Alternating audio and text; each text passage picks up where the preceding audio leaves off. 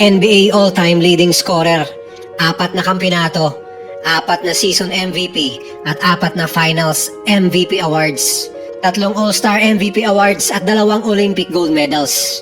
Isang mabuting ama, isang mapagmahal na asawa, isang hari na bumuo ng kanyang imperyo sa loob at labas ng basketball court.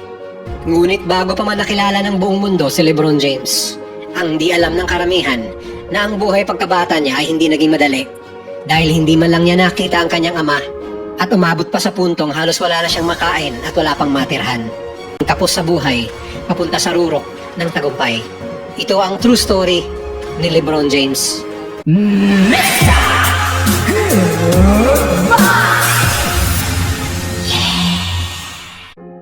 Ipinanganak noong December 30, 1984. Si LeBron Raymond James ay lumaking salat, walang maayos sa pagkain at walang permanenteng tirahan.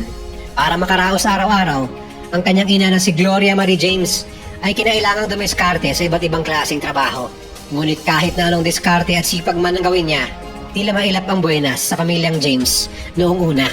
Lumaki si James sa Akron, Ohio. Ang Akron ang 5th largest city sa state ng Ohio sa US. Bagamat tinaguriang City of Inventions ang naturang lugar, nababalot ito ng kabi-kabilang banta ng kriminalidad. Sa katunayan, ang Akron ang 94th most dangerous city sa buong United States. Hindi lamang yun, kilala rin ang Akron sa mga organized crime groups at gangs. Sa madaling sabi, hirap at gulo ang kinagisngan ni LeBron. Ang ama ni LeBron na si Anthony McClelland ay missing in action sa kanyang buong buhay. Kinailangan buhayin ni Gloria mag-isa si LeBron mula nung isinilang niya ito. Naging magjowa ang kanyang ina na si Gloria James at si Anthony McClelland noong mga teenager pa lang ang mga ito. At sa edad na 16 anyos, nabuntis si Gloria at ipinanganak si LeBron. Ngunit imbis na suportahan si Gloria, ay biglang nag-no-show si Anthony McClelland. Kaya si Gloria ay nanirahan na lang sa kanyang ina, lola at 2 kapatid. Noong pumanaw ang kanyang nanay at lola, binuhay mag-isa ni Gloria ang nooy batang LeBron, pati ang 2 niyang kapatid. Hirap siyang bayaran ang upa ng bahay na tinitirhan nila, kaya't palipat-lipat sila ng apartment noon. Sa puntong natutulog na lang sila minsang mag-ina sa loob ng sasakyan. Si Anthony McClelland naman ay nagkaroon di umano ng karelasyon na ibang babae. At noong 3 years old na si LeBron ay ipinanganak ang kanyang half-brother na si Aaron McClelland Gamble. Tulad ng dati, iniwan lang din ni Anthony ang babae at ang bata. Tila asong pangkasta lang pala ang trip nitong tatay ni LBJ. Titira lang, tapos lalayas. Sa murang edad, iba't ibang pamilya na ang sinamahan ni LeBron upang makitira at makitulog habang ang kanyang ina ay naghahanap ng mapagkakakitaan sa kahit saan. Dahil sa kondisyong ito, hindi nakakapasok si LeBron sa eskwelahan. Sa katunayan, may kabuuan itong record na 80 absences sa kanilang school calendar days. Ito marahil ang unang record na naitala ni James sa buhay niya, bago pa man niya pinataob ang mga basketball records sa NBA. Pero tila malakas ang guardian angel nitong si LeBron. Nung siya ay 8 years old at naglalaro para sa Southside Rangers Youth Football Team, nakilala niya ang teammate na si Frankie Walker. Nung nalaman ni Frankie ang kalagayan ni LeBron at ng kanyang ina, sinabi niya ito agad sa kanilang coach at ama na si Frank Walker Sr. At isang desisyon ang magpapabago sa buhay ng batang LeBron James. Ito marahil ang pinakamahalagang offer sa talambuhay niya. At yun ay ang tumuloy panandalian sa pamilya upang makapag-concentrate ang nanay ni LeBron sa paghahanap ng mas stable na trabaho. Ang pamilya Walker ay may kaya sa buhay noon at mabait sa pamilyang James.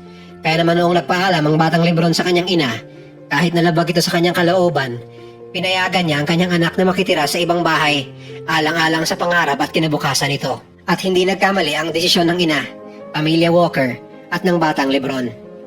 Isang literal na crossover move ang nangyari sa buhay ni LeBron. Mula sa pagkakasadlak sa hirap, naging stable na ang kanyang pamumuhay. Hindi niya na kailangang problemahin kung saan siya kakain, makikituloy o matutulog. Kaya mula sa pagiging absent palagi, nakumpleto na nito ang kanyang attendance sa sumunod na taon at nakakuha ng B- na marka nung siya ay grade 5 pa lamang. Kasabay ng bago niyang buhay ay ang bago niya ring hilig, ang paglalaro ng basketball. Inalaunan, siya ay naglaro para sa Northeast Ohio Shooting Stars sa AAU o Amateur Athletic Union Basketball. Kasabay ng pag-improve ng skills ng batang LeBron sa court ay ang pag-improve din ng buhay ng kanyang ina. Kaya minarapat ng ina na kuhanin muli si LeBron at mamuhay na magkasama sa isang apartment sa Ohio. Mula sa puntong ito, tila gumaganda na ang buhay ni LeBron.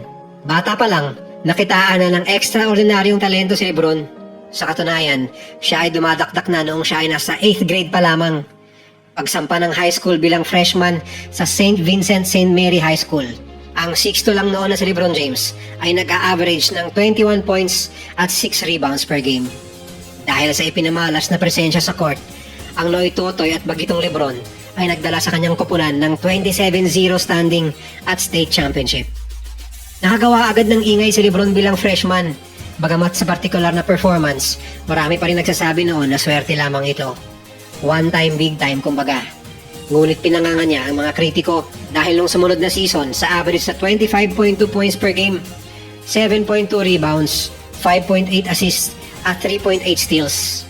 Nasungkit muli ng St. Vincent St. Mary High School ang kampeonato sa standing na 26-1. At dahil sa pangunguna sa koponan para mag back-to-back champs, pinangalanan si Lebron bilang Ohio Mr. Basketball at USA Today All-USA First Team bilang sophomore student lamang.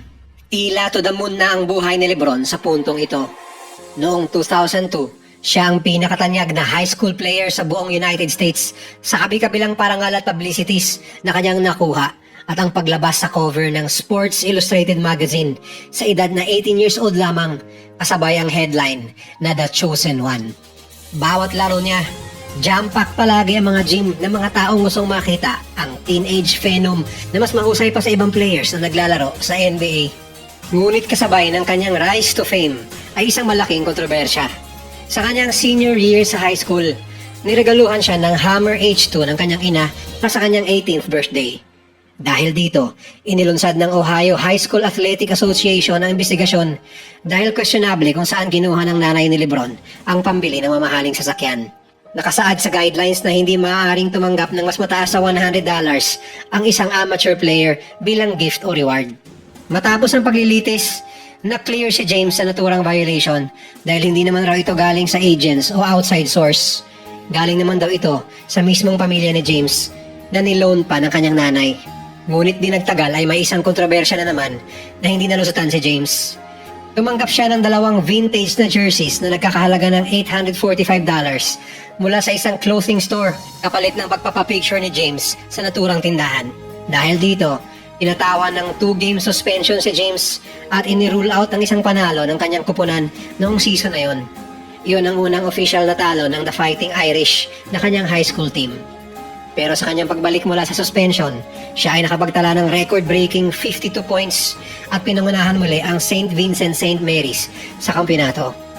Ang kanyang 1 in a million performance at mga kontrobersya ang lalo pang nagpasikat na nagpataas ng value kay Lebron bilang isang NBA player. Sa katunayan noong 2003, inofera ng Reebok si Lebron ng kontrata na nagkakahalaga ng $10 million. Bilang isang high school student, gabundok na pera na yon. Malamang kung tayo ang inofera ng ganon, magkakandara pa na tayo maghanap ng ballpen para mapirmahan agad-agad. Ngunit dito pumasok ang mentality ni Lebron. Alam niya ang kanyang kakayahan. Alam niya ang kanyang impluensya. Alam niya ang kanyang value. Kaya naman kagulat-gulat na dinecline niya ang offer na ito. Matapos lamang ang ilang araw, nag-offer muli ang Reebok kay James sa halagang $115 million o tumataginting na 6.2 billion pesos. Pero kahit na 10 times ang inilaki nito mula sa initial na offer, tinanggihan pa rin ito ni Lebron at tuluyang pumirma sa Nike sa halagang $87 million. Kahit na mas maliit ang halagang ito, para kay Lebron, mas nakita niya ang kanyang sarili na perfect fit para sa Nike. At dahil sa established na pangalan ng Nike, naiset ni Lebron ng mataas ang kanyang standards pagdating sa kanyang value. Isang napakatalinong financial move para sa nooy 18-year-old hotshot. Pagpatak ng June 2003, tila tadhana na pinili ng Cleveland Cavaliers si Lebron bilang first overall pick para sa NBA draft na naturang taon. Ang Akron, kung saan siya lumaki, ay 40 minutes lang ang layo sa Cleveland, kaya ang Cavs ay maituturing na kanyang home team. Hindi pa nakatikim ng championship ang Cavs simula nung nagkaroon ito ng NBA team at si Lebron ang sinasabi nilang magiging savior ng franchise na ito.